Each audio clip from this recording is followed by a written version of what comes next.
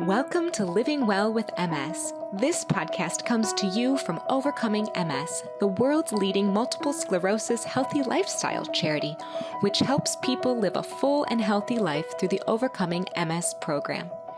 We interview a range of experts and people with multiple sclerosis. Please remember, all opinions expressed are their own. Don't forget to subscribe to Living Well with MS on your favorite podcast platform so you never miss an episode. And now, let's meet our guest. Welcome to the latest edition of the Living Well with MS Coffee Break. Joining me on this edition is Kristi Peak-Oliveira, who is the Overcoming MS Ambassador from Boston, Massachusetts, and also who works in the field of assistive technology with Easterseals. So welcome to the podcast, Kristi. Thank you. I'm so excited to be here. Thank you for having me. You're welcome. So to start off with, could you tell us a bit about yourself and your MS diagnosis? Sure. I am 57, and back in 2005, I had an episode of optic neuritis. And I woke up one morning with a headache and a gray line across my vision that just kept growing and growing. And, it's like I'm sure everyone experiences is there's all the back and forth between the doctors, who's going to see me, the neurologist, the eye doctor. And I did have an MRI. Nothing. They didn't see anything on the MRI. And it did eventually resolve, although I did lose some vision in the eye. Fortunately, I was already wearing corrective lenses, and so they were able to tweak it. And so I'm very grateful for that. Then, a few years later, I went numb from the waist down, saw a neurologist, got more MRIs, and he told me it was a bulging disc. And I said, "Are you sure? Because it's both sides of my body. And if you recall, I had optic neuritis." He's like, no, it's a bulging disc. I'm like, okay. And so a few years later, it happened again. And by this time, I'm having other symptoms, a lot of pain. I thought it was because I was driving a lot of pain in my hips and my thighs. And then it started happening again. This was June of 2016. And I called my primary care doctor. She said, call your neurologist. And the neurologist office says, we can't fit you in until August. And I'm like, oh, okay. But then it just kept progressing. I was having trouble walking. Then my arms, I started losing sensation and strength in my arms. So I was dropping everything and couldn't open jars and that kind of thing. And so my primary care doctor finally sent me to the emergency room. I had another round of MRIs, and that's when I was finally diagnosed with MS. And that was June of 2016. Oh, wow. So that's was that 11 years, was it? Mm-hmm. From original? 11 years after the optic neuritis. Yes. Yeah. I mean, I know there's going to be a lot of people who don't have MS, I guess, but have had a symptom because they've got something else, or, there's Lyme's disease, there's various other things it could be. Yes. So there must be all these other things. But yeah, when you do hear about, you just think, wow, how did they not spot these things earlier? But I know. And my story it's not unique, right? No, it's not. A lot of that. So, yeah. Yeah, I mean, I think almost all of us had something early on. I mean, my earliest one was way, way before. I mean, it must have been, similar probably, 16, 17 years before. Yes. My diagnosis, but it was just that I lost feeling in all my fingertips, and then it went away, and they were like, "Oh, it's fine, it's gone away." Yeah. But interesting. It's only my neurologist now who said that was probably the first thing you had, and then similarly, I had one which could have been a bulging disc or something, and I was going to a chiropractor, and because my legs gave way, I was queuing up actually at Disney in Florida, wow. And I just fell to the ground because my legs just completely collapsed under me, and they just I thought it's got to be a trapped nerve or something in my spine, because that was really weird. But again, it happened a couple of times and then never happened again, and it's never happened since. And some of those things, like just early things, have never come back at all. I had some eye trouble, never come back at all.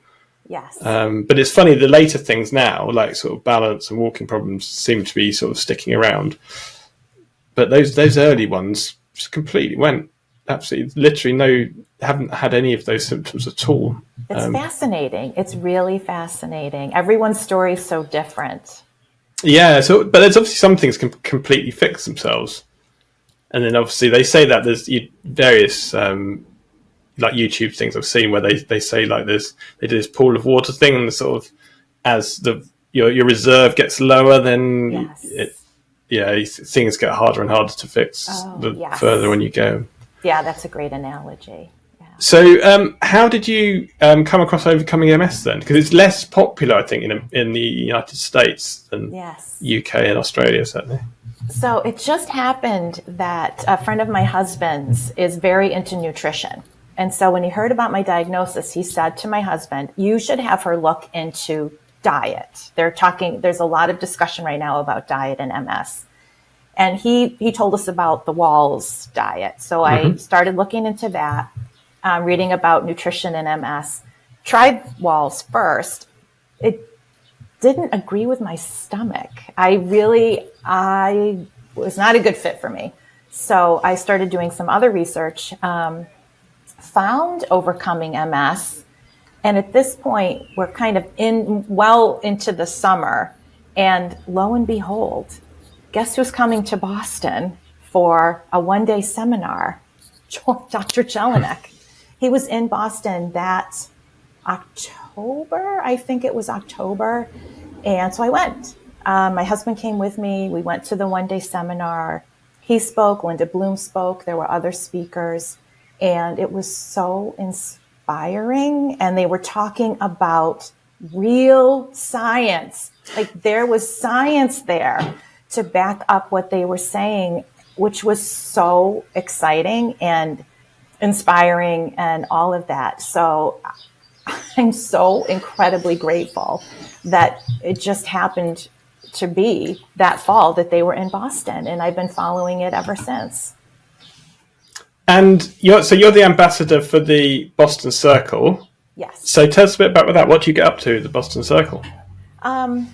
Well, I have to say we're not super active, unfortunately. It's just been part of the Boston Circle right from the beginning. We had kind of a rocky start where after the seminar, we made plans to meet up at a restaurant, and we were all going to try ordering together and figuring out menus together and all of that. And it just happened that someone at the seminar was involved with other groups, and he was there because he's just someone that likes to get information about a lot of different things. He also has MS, and he invited a whole group of people from another support group to the same restaurant.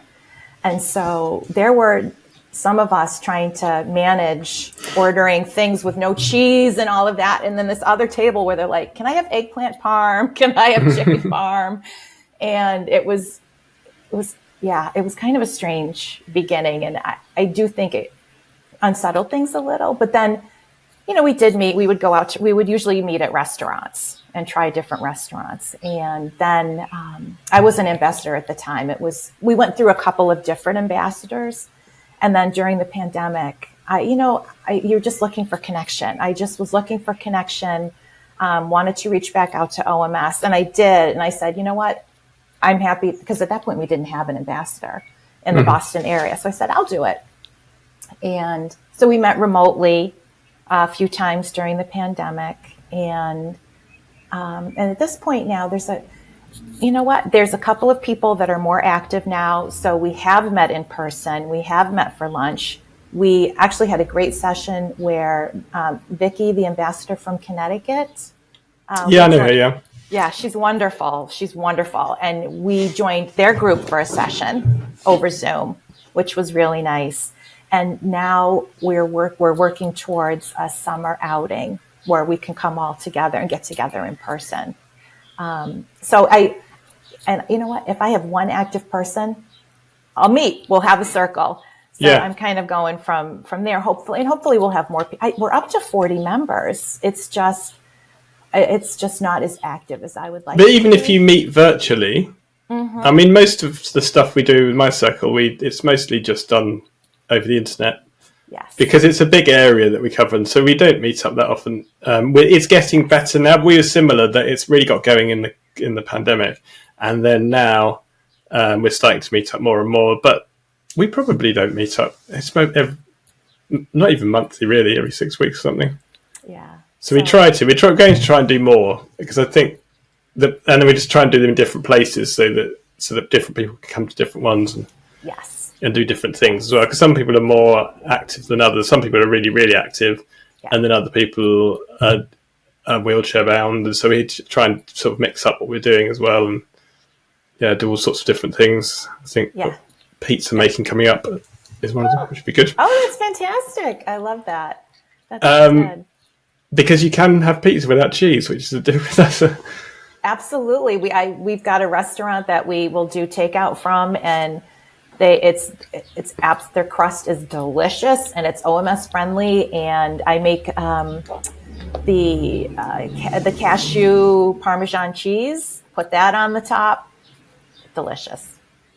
I just have it with no cheese at all. I just quite like it. I mean, they do in Italy. There's quite a lot of pizzas with no cheese. Oh, that's good to know. It's if I come to the States and I have pizza, it's sort of one of my go-to meals, because I know I can get OMS friendly pizza if it's handmade. Yes. Yeah. Then when I just say, "Oh, I don't want any cheese," they say, "Oh, we have vegan cheese," and I just said, "No, I don't want any at all." They went, right. That's always the challenge. Yes. And it does sort of throw them a bit. I think there's a thing, certainly in America, that pizza has to have cheese. Oh, for sure. Everything has to have cheese in America. But in Italy, that's not the case. In Italy, it's fine. That's fine. They don't even question it. It's a normal thing. If some pizzas actually just don't have cheese, there's several pizzas that don't have any cheese, and it's normal. So it's But in America, you have to no, not that one. No, not that one. It's not just no cheese. Yeah. Anyway, so you're neurologist though. So how are your neurologists out there with overcoming MS?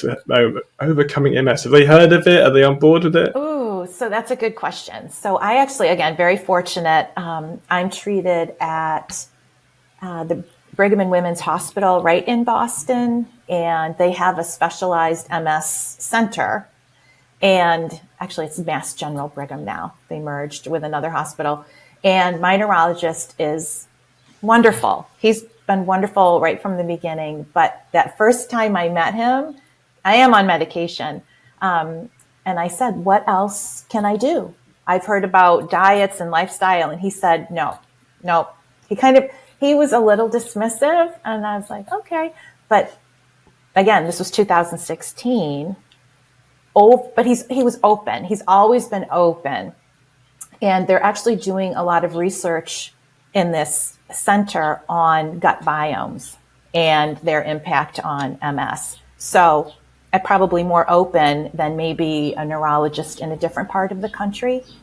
So since then, he has seen how well I've done, not just maintaining, and my MRI, so part of the reason I'm on medication is my MRI was so scary. When I saw that MRI in 2016, I had a big lesion right at the base of my neck in the cerebellar area, which is why all 4 limbs were affected. And so anyway, but since then, not only have I maintained and no new lesions, I've actually improved. Lesions have shrunk.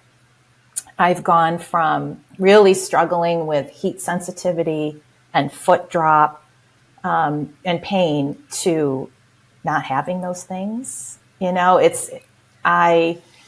the 25-foot walk when you go for your neurology appointments. I've like beat my own record. The last time I saw him in person, I beat my record. So he sees that improvement. And so he's definitely now, if someone asks him about diet or lifestyle, he gives them my contact information. Oh, wow. So if they want to talk to me, they can. Yeah, that's really positive. That it's sort of, and they are actually taking, because you get some very old-fashioned neurologists who are, what they were told in the 1950s is what happens, and that's how it is. Exactly. Or it's like medication. You need medication. That's it. That's the only way to treat it. So yes, it's been wonderful. He's great. I'm so lucky to have him for sure. Yeah, I similarly, mine actually is when I first mentioned it, because I basically said, what do you think of this? Because I've seen it, there's a lot of evidence in it, it sounds really good to me, but your professional opinion. And he said, well, there's no evidence that lifestyle factors will affect MS, but there is evidence it will reduce your risk of heart disease, cancer, diabetes, stroke, and he listed loads of things. And he said, so he said it won't do you any harm.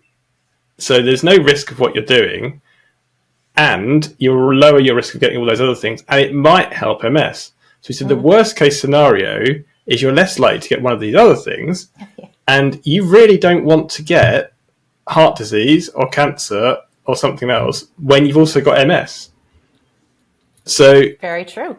He said, if nothing else, you're stopping those risks. And then he's now actually come along and he's asked me to talk because our NHS, they can only say the party line. They're only allowed to say what's the official, they're not allowed to go off script at all. But he's asked me to come along and speak because I can. So he's very supportive now because the more and more they see the research coming in, and so he's saying, yeah, actually, and yeah, my MS nurse similarly she was very skeptical at first, but now is pretty much on board. So yeah, it's moving in the right direction. I think things are changing and people are realizing that there's more to it. Definitely. And it's great. It's so wonderful to see that. And even the National Multiple Sclerosis Society here in the US has something about lifestyle changes on their website, like something positive. So it's definitely coming along. And I think it's quite interesting. There's a commonality between it's not a competition between Overcoming MS and Wild's Protocol and Best Bet Diet. And because there's actually, if you look at the overlaps, and okay, Wild's Protocol maybe is a little bit out there because it's sort of like paleo diet. But if you look at they're all dairy free. And when you look at Matthew Embury and Best Bet, he's very similar. He has occasionally grass-fed organic beef, but basically it's low saturated fat, it's whole foods, it's no dairy. You think, well, these are all the same. It's mostly, so we've had him on the podcast because it is mostly the same. He said, well, you should really be eating, your protein rich should be coming mostly from fish, you should be eating lots of fruit and veg, it should be whole food. Yes. I mean, he doesn't have gluten, but which is one of those, Overcoming MS says you are more likely to have gluten sensitivity if you've got MS, but if you haven't, don't worry about it. Yes. Well, I mean, I'm guessing he probably does have a sensitivity because he's found it really affected him, but and similarly, I've found people, who are following Overcoming MS who have a gluten sensitivity and that's helped them, but yeah, there's definitely commonality. I mean, that's where I sort of, big red flags for me are things like dairy. I'm like, that's definitely bad. It's just so much evidence. Yes, definitely. So in your day job, you are a speech pathologist and the assistant director for Assistive Technology Services at Easterseals, Massachusetts. Yes. So could you tell us a bit about, what is that? And tell us a bit about your career. Sure. So assistive technology is a broad category, but it's basically almost anything that can compensate for your disabilities to help you access different, life skills, whether it's working on a computer, cleaning your house, remembering to take your medication. And then augmentative communication is what I do as a speech pathologist, is a subset of assistive technology. And that is really focusing on someone who they're not able to use speech as their primary means of communication. And so we're helping them with technology. An example is somebody with Lou Gehrig's disease, which I think you call motor neuron disease. In the UK, using an eye gaze device where they're able to control a computer with their eyes and have it speak for them. So that's augmentative communication, an example, under that broad umbrella of assistive technology. Is that Stephen Hawking? Yes. That's where and he was amazing. Like, he really was quite a power user of his system. So what I do, I work at Easterseals Massachusetts, and it's all geared towards providing services to people with disabilities and veterans. We just added a veteran program as well not long ago. So it's a great organization. I work with the most amazing people from the top down. Everyone's really dedicated to the mission. And we work with a lot of adults. We have contracts with the state of Massachusetts, and through those contracts, we work with a lot of adults, many of whom do have MS, especially through a program we have that's called the Assistive Technology Independent Living Program, which is geared towards helping people with disabilities stay out in the community, not having to go into a nursing home or something like, or a skilled nursing facility, but staying out in the community using assistive technology to live as independently and as safely as possible. Okay, so what are some of the things where you have assistive technology that maybe some of the things that people with multiple sclerosis might have, like cognitive fog or memory issues? What sort of assistive technology is available for those sort of things? So I made some notes. So there's things you can use. Just use your phone. If you already have a smartphone, we might show you how to use reminders on your phone, use the calendar on your phone, those kinds of things, apps to help you remember to take your medication. Like I have an app on my phone that reminds me to take my medication in the morning. There's also, we've been doing a lot with smart speakers, Google Home, Alexa, setting reminders. There are now companies that they have these medication boxes that will automatically dispense medication. You don't even have to touch it. It just, like at the right time, it opens up, there's your medication, and it will remind you to take it. Some of them even take it a little farther where there's human beings monitoring, and they'll say, Mrs. Jones she didn't take her medication at 11 a.m. and they'll call the daughter or whoever the contact person is and say, can you check with your mom? She didn't take her medication.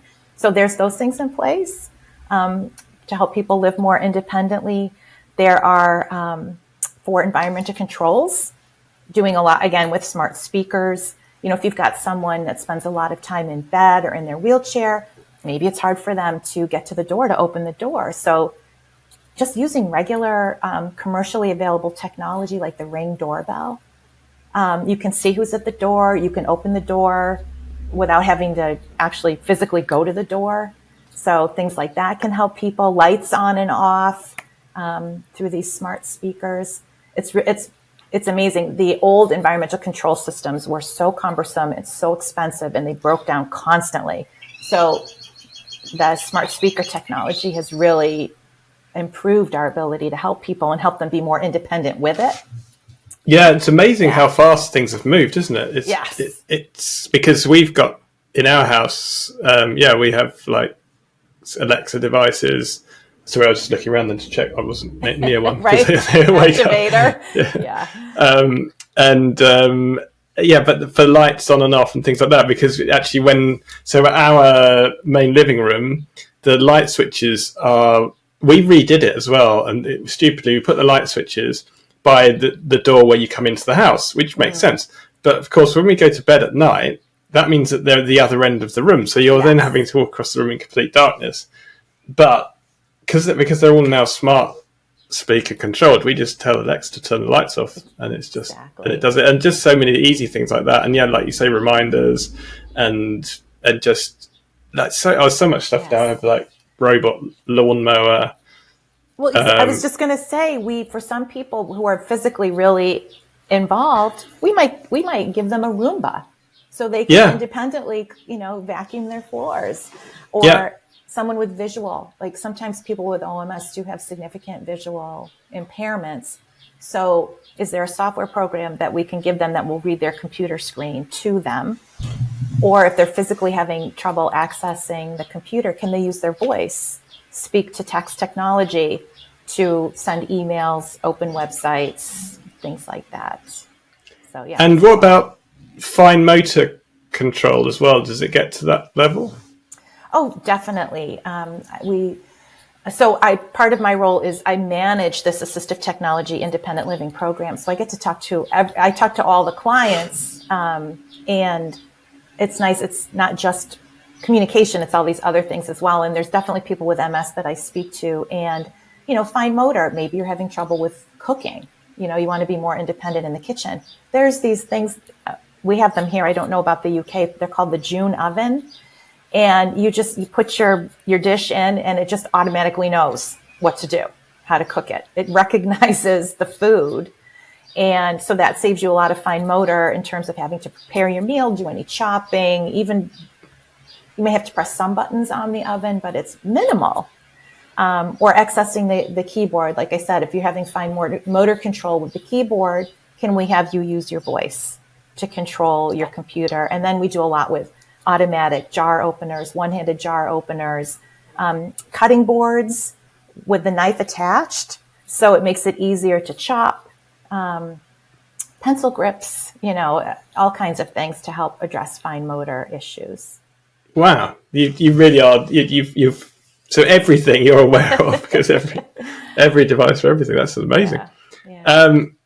So you mentioned sort of like keyboards and things. So laptops, tablets, phones. So to make them more, is there things we can do ourselves that we can make them more accessible without buying extra things? But absolutely, you can increase the font size on your phone. If you have trouble seeing your phone, there's ways to have text read back to you on your phone if you need to have that as well. Yeah, there's a lot, and Apple especially has a lot of built-in accessibility features that are right at your fingertips. Yeah, I've read.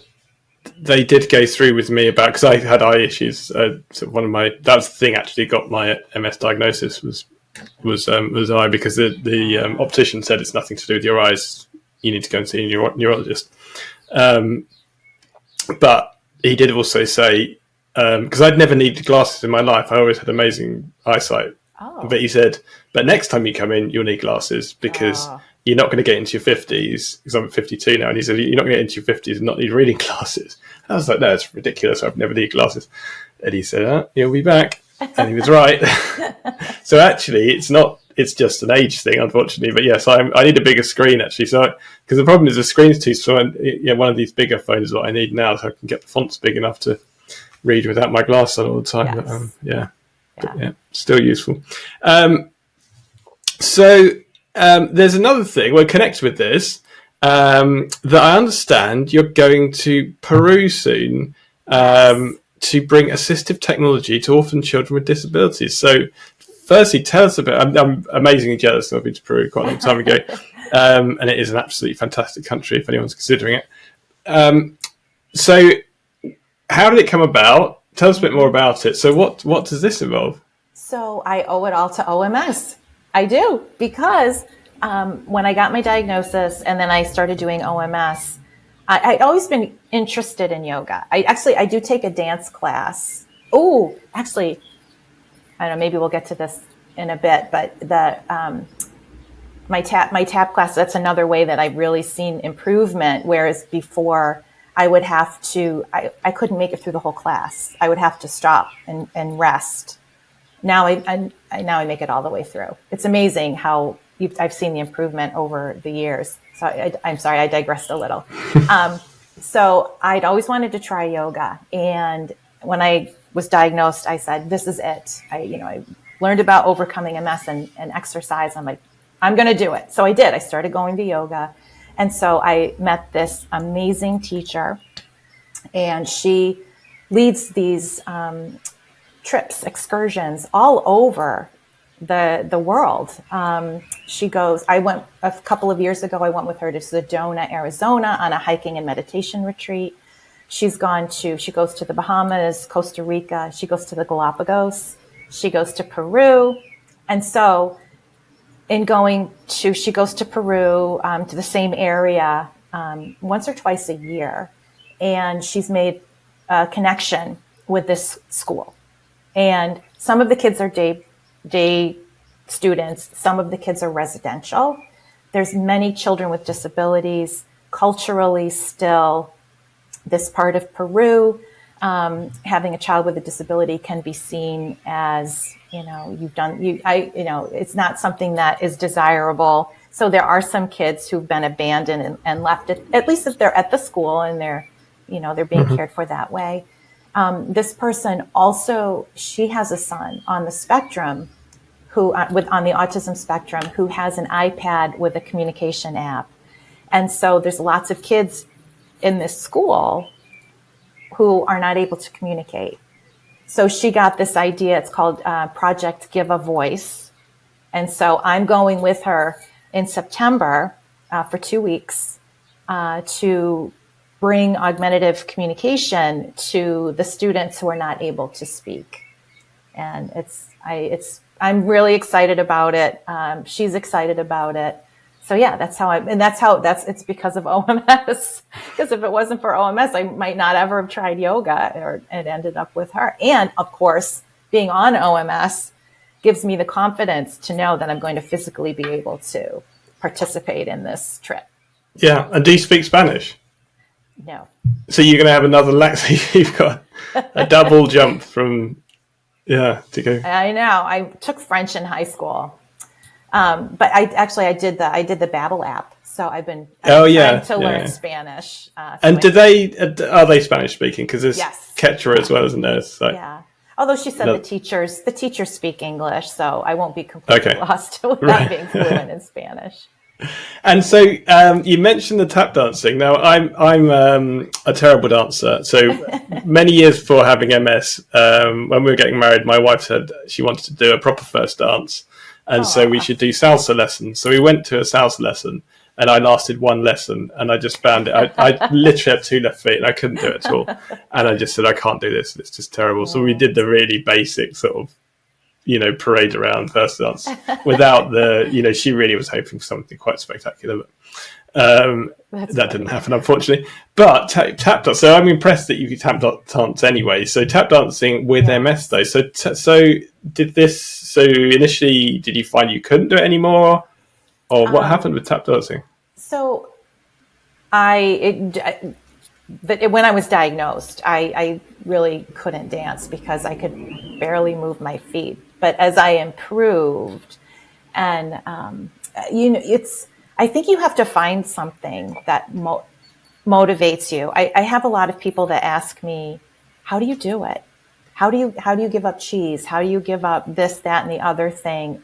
When am I going to see results? If I give up a cheeseburger, when am I going to see results? And I feel like you have to find something that's really motivating. That for me, it was my dance class. I don't want to give up my dance class. I love the women. A lot of people, there's people that have been dancing for years and years and years. It's a great group. I love the woman that teaches the class. She owns the studio. That was the thing that really motivated me I am going to dig into OMS because I didn't want to give up the dance class. And so over time, foot drop, was an issue. I've definitely fallen in the class. Early on I fell. But over time, where I could really, tapping, you're really isolating movements in your feet. And you're either tapping with your toe, you're clicking with your heel, maybe you're doing it in sequence.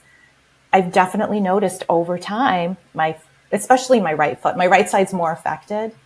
My right foot has gained in strength over time. And I went from really not being able to hear my taps that well, not being able to make it all the way through the class, to now. Last year we did, oh my gosh. So we're in the children's recital. The adult class is in the children's recital. We always get a big cheer. And we did a song to Beyonce that was actually really challenging. And I had no problem. So I was tapping my heart out. So I've definitely seen, and I know that's OMS. I know that's OMS. It's not my medication. My medication's just to stop new lesions. Mm-hmm. It doesn't address symptoms. So I tell people you need to find something that's going to motivate you to follow this through and stick with it. Then you don't feel like you're giving something up, do you? You feel like you're getting something back that is more desirable than cheese. Yes. Yeah. And I think if you do it after a while, you don't miss cheese. I think people who've done it for a while, they don't miss cheese anymore. And I did at first, the first like year or two I did, but now I don't like the idea of it at all. It doesn't appeal to me. So isn't it interesting how your tastes change over time? I used to avoid anything with mustard, avoid anything with red onion, and now I eat that all the time, and I enjoy both of those items and what they bring to my meals. So it's interesting how things change over time. Or you'll have I have had a bite of cheese, and then I think, why did I do that? It wasn't really what I remember, and it wasn't. I'm not going to do that again. So yeah. Well, that was a very inspiring discussion, I think, there. So could you give us the one final piece of advice? So if it was you or as a newly diagnosed person, what piece of advice would you give to someone, if you're looking back to yourself as newly diagnosed or to a person you met now who's newly diagnosed? I would say it's, and I have talked to people who've been newly diagnosed, and obviously it's extremely upsetting. But I try to tell them there's hope. There's things you can do to help yourself heal, to help yourself maintain all the things that you're doing right now that you are enjoying in your life. There is a path forward for you if you want to go that way. And I would also say, when you're starting OMS, one thing at a time. Don't try to do everything at once. I feel like it can be overwhelming for people. Choose one thing and go from there. And then the final piece of advice is, I think everyone struggles with meditation and they really beat themselves up over it. And I'll tell people, it probably took me a good 5 years before I had a regular meditation routine. So don't let that discourage you either. It's just do it. Just take that first step and you'll just be helping yourself so much. Okay, with that, thank you very much for joining us, Kristi Peak-Oliveira. Thank you so much for having me. Thank you. Thank you. Thank you for listening to this episode of Living Well with MS. Please check out this episode's show notes at overcomingms.org/podcast. You'll find useful links and bonus information there. Have questions or ideas to share? Email us at podcast@overcomingms.org, or you can reach out to Jeff on Twitter @JeffAlex. We'd love to hear from you. Thanks again for tuning in, and see you next time for tips on living a full and happy life with MS.